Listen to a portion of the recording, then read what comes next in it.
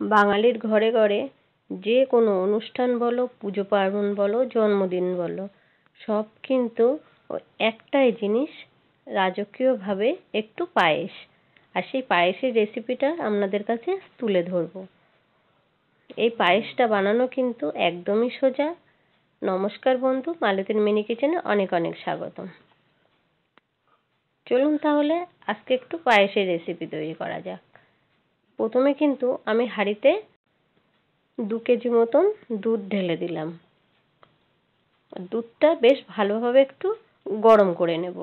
আর এখানে আমি 2 কেজি দুধের জন্য কিন্তু 200 গ্রাম গোবিন্দভোগ চাল দেব। আর এই চালটা কিন্তু ভালো করে একটু ঘি মাখিয়ে নিতে হবে। সুন্দর করে ঘিটা মাখিয়ে নিলাম। আর দুধটা কিন্তু বন্ধুরা এখানে একটু ফুটে উঠেছে, তখন কিন্তু আমি এই চালগুলো ঢেলে দিলাম। দিয়ে কিন্তু একটু ভালো করে নেড়ে নিতে হবে, না হলে কি হবে, চালগুলো কিন্তু ভিতর থেকে দলা পেকে যেতে পারে। এর ভিতরে কিন্তু আমি কয়েকটা এলাচের দানা ফাটিয়ে দেব। মুখটা একটু ফাটিয়ে দিলেই চলবে। আর ভালো করে কিন্তু এটা ফুটতে দিতে হবে।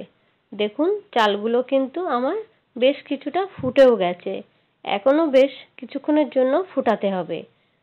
আর এটা বন্ধুরা বেশ কিছুক্ষণ বাদে বাদে কিন্তু নেড়ে দিতে হবে। আর দেখুন বেশ অনেকটাই কিন্তু দুধটা ঘন হয়ে এসেছে। এবার কিন্তু আমি 2টো তেজপাতাকে এর ভিতরে ছিঁড়ে দিয়ে দিলাম। তেজপাতা দিলে কিন্তু গন্ধটা কিন্তু খুব সুন্দর আসে। আর হ্যাঁ বন্ধুরা, এখানে আমি কিন্তু দুধের মধ্যে চিনির বদলে খেজুরের গুড় ইউজ করেছি। এই খেজুরের গুড়টা দিলে কিন্তু পায়েসের টেস্টটা অনেকটাই সুন্দর আসে, আর খেতেও কিন্তু বেশ ভালো লাগে। আমাদের বাঙালির ঘরে ঘরে কিন্তু পায়েস ছাড়া চলেই না। যে কোনো অনুষ্ঠানে কিন্তু পায়েস দরকার। দেখুন পায়েসের জন্য আমি কিন্তু এখানে খেজুরের পাটালি ইউজ করেছি। পাটালিটা আমি বেশ সেখানে ভেঙে দিয়ে দিলাম। আর দিয়ে দিলাম কিছুটা কাজু আর কিশমিশ। এই কিশমিশ কাজুটা দিয়ে কিন্তু বেশ ভালো করে নেড়ে নিতে হবে। দেখুন চালটা কিন্তু আমার 80% সেদ্ধও হয়ে গিয়েছে। আর বন্ধুরা, আমার এই পরমান্ন রেসিপিটা যদি আপনাদের ভালো লেগে থাকে, প্লিজ লাইক, কমেন্ট, শেয়ার ও সাবস্ক্রাইব করতে ভুলবেন না।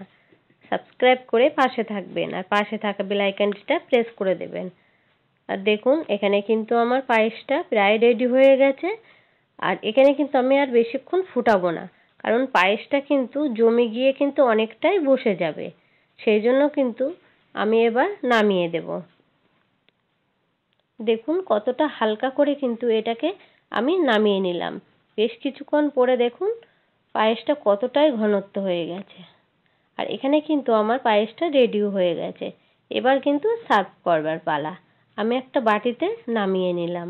দেখুন পায়েসটা কিন্তু দেখতেও অসাধারণ হয়েছে, আর খেতেও কিন্তু অসাধারণ হয়েছে। আপনারাও বাড়িতে এরকমভাবে পায়েস কিংবা পরমান্ন বানিয়ে নিতে পারেন। যে কোনো অনুষ্ঠানে কিন্তু এটাই মাস্ট।